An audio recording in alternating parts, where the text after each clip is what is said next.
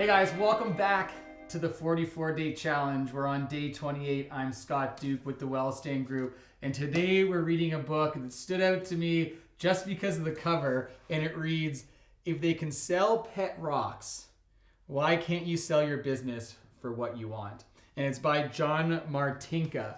Now, it's always questionable the quality of book you're gonna get when it's a Kindle Unlimited and it's free online in PDF format. But I'm telling you, this book, do yourself a favor, go get a Kindle Unlimited account, download this book. We downloaded a whole bunch of the books for this program. About half of the books that we're reviewing are from Kindle Unlimited. I can't remember if it was free or if we paid for it, but if we did pay for it, I'm sure it was $1.99. And the stuff that came out of it was really good. So I'm at the whiteboard today because the three things that we're going to cover from this book are going to be covered on the whiteboard because it's just a better visual representation of what's going on here. Now, if you're listening to this on a podcast, then head on over to YouTube if you want to actually get a visual of what we're pointing out here. But basically, this is what John's talking about when he talks about where a buyer is going to purchase your company in the life cycle of that company if you're looking for an individual purchaser. And the videos that we're putting out here, part of the 44-day challenge, are mostly targeted at individuals who are running businesses under $2 million a year in sales and have up to 10 employees in that range. If you're larger than that, you're going to be on this part of the scale, you're going to be acquired by a private equity group. But this is where you're at. So you start your company, you're an entrepreneur, you build it a lot by yourself, you're doing a whole heck of a lot of the work as it grows. And then you get to the point where you're going to hire a manager to operate your company. Maybe you're the manager right now, but you have key staff in place and you're in this zone. Then you're going to continue growing your company and you're going to be the leader of that organization. You're definitely going to have a manager. Potentially you're going to have a management team and you're going to be the leader. Once you get past that, you're going to hire a CEO. There's likely going to be a board of directors, and then you're going to go into legacy. Now, the vast majority of businesses, in fact, the vast majority of businesses are in this area. But the ones that are sellable, the buyers are actually interested, are here.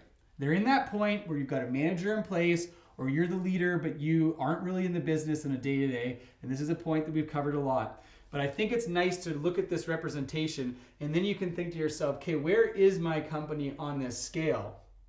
And am I going to be attracting buyers relative to the size of my organization and how it's structured? So think about this. This is a good visual for where you want to be when you're going to be attracting buyers. And then you can research, go back to the 44 days, figure out what you need to do to get into this zone if you're not in it, or know that, hey, I'm not in this zone. Likely an individual isn't going to be buying my company.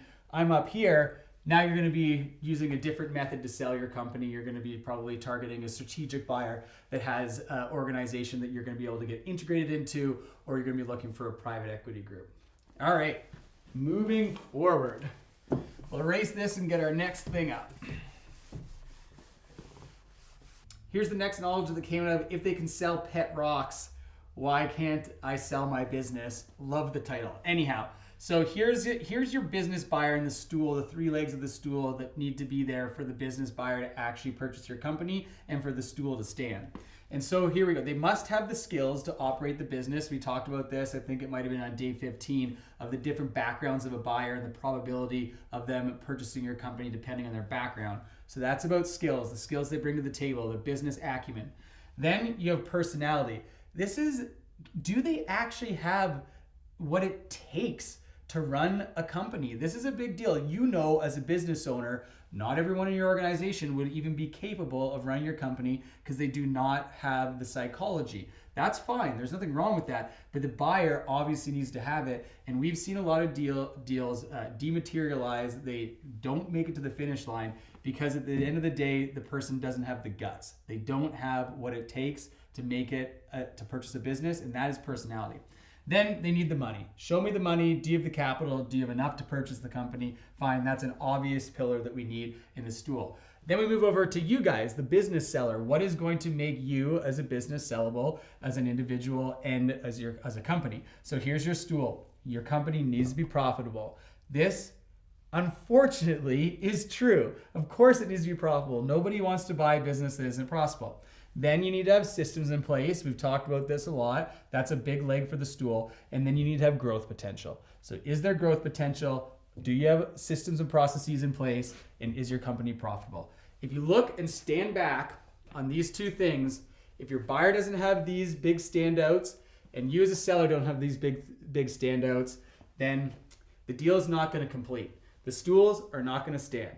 Okay guys, here's the last knowledge nugget that I pulled out. If they can sell pet rocks, why can't you sell your business? And again, go to Kindle Unlimited, grab this book. You can skim through it. It'll take you a couple hours to do a high level skim. It'll probably take you 5 hours to read it if you want to do it more in depth. But I only pulled out 3 things. There's much more. I actually got about 10 out of this book. But I thought this was going to be a good one to have up on the whiteboard. And then you can take a screenshot of this video so that you can have all these things. But it's the 20 reasons why your business is worth less than you think.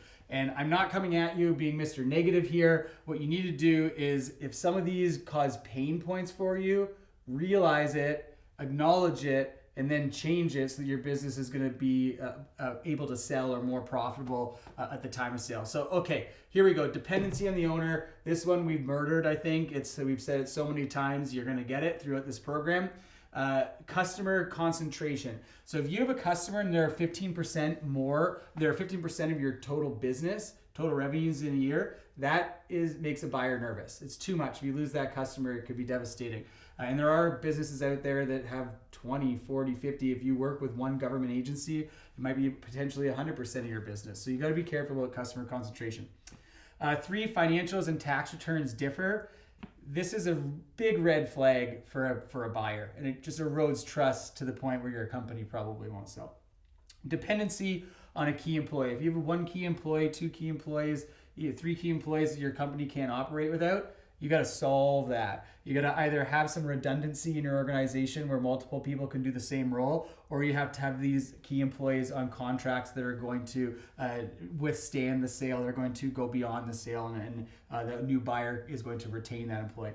Okay, number 5 is poor lease or no lease. I see this so often. It is surprising. People don't have leases because their leases have come to an end and they never renewed it. You need to have a good lease in place that can be transferred to the new buyer. Next, old technology. If you have old technology, the buyer is going to look at your company and say, hey, I'm going to have to rebuy all this stuff or use a lot of capital to purchase new technology and new equipment. It's going to reduce your price, obviously, and make you less attractive in the marketplace. Skimming cash. If you're skimming cash from your company, we've talked about this before, terrible. Just stop doing it. Claim all your cash, show all your cash on your profit and loss statement. It's going to be much better at the time of sale. Number 8 is that your company is too small. This is a reality. Small companies sell for less than large companies. It's just a fact. So grow your company as much as you can before you sell it and get it to a size that's going to be attractive to a buyer. Number 9 is blending too many personal expenses. This, I almost need to triple underline this. Small business owners do this to an extreme. They do it to the point where their company no longer becomes profitable. You need to stop that habit before you go to sell your company so that your company is truly showing what it's actually generating as far as cash at the end of the day. 10, you work too hard in your company and not on your company. So this is the thing. This kind of comes back to dependency on the owner, and it's also reiterated again in this list. But you need to make sure that you are working on your company at all times and not in your company. Get a management team in place, get a good manager, and then you'll remove yourself a little bit. 11, financing is hard to get for your industry. This may just be a reality. Maybe your industry is not something that banks look favorably upon for lending, so just know that. And I've talked about this before. I think I talked about it in day 24, was to go out and get pre-approval on your business.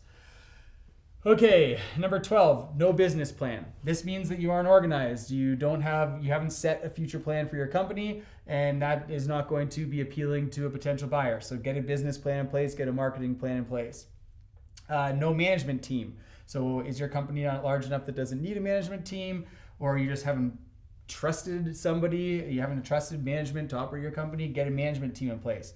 Your salary is not profit. There's a lot of companies that I review and they're taking dividends from their company. So they say, yeah, my company is making $150,000 a year. Look at my profit and loss statement. But they have no wages for themselves in that. Well, the guy that's buying your company, he's going to want to pay himself. And the guy that's buying your company may just want to put a manager in place.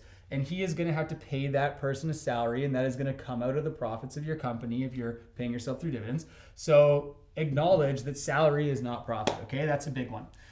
15, saturation. So maybe there's a lot of competition. Maybe there's low barriers of entry to get into your business.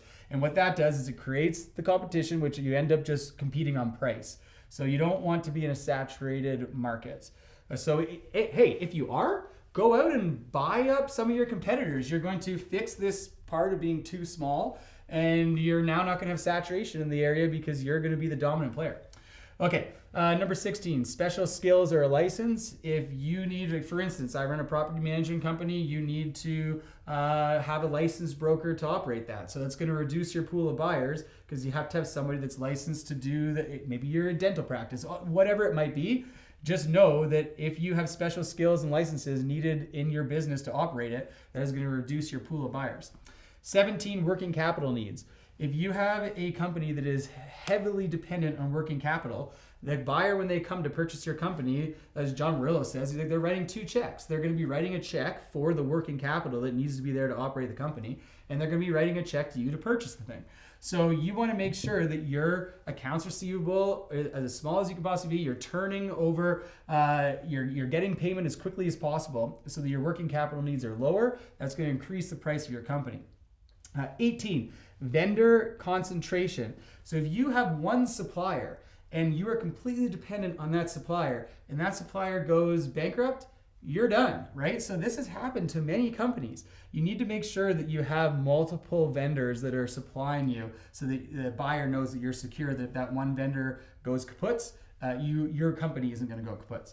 Okay, 19, you have a job. Okay, this is you are just you in your company. So it's basically just a job. We have sold these companies, but it is extremely hard because if it's just you and you just have a company, well, what are you selling now? Maybe you're selling your customer list. Maybe you're selling a favorable lease. Maybe you're selling land in a building, but just selling a job, very difficult because it hits on dependency on the owner. It hits on the fact that you're too small. You're likely blending a lot of personal expenses. So this number 19 encompasses a whole bunch of other numbers. And then number 20, you bled the business. Please do not do this. So many owners do this that they'll see that there's, an extra $10,000 in their business. Like, oh, okay, there it is. I'll just take it. Leave it in retained earnings. That shows that your business is profitable and that money can be invested into the future of that business. All right, that's it. This is a very thorough list of things that you want to make sure are not happening within your company so that it is more presentable to a buyer and more attractive to the marketplace. I think this was great. It was one of the reasons why I pulled it out of this book and put it up on this board, because you can kind of check these boxes one at a time and try and remove as many as possible. The more of these that you remove, the more attractive your company is going to be and the higher price you are going to get when you go to sell it. All right, guys, I know this video is going to be a little bit of a longer one. This was day 28 of the 44-day challenge. We keep clicking forward to the next day, 29. I actually don't know what the book is tomorrow. Usually I'm a little bit of a day ahead, but we'll find out tomorrow when you tune back in to the 44-day challenge. We look forward to it. I'm Scott Duke. You're inside the Well Stand studio. See you tomorrow.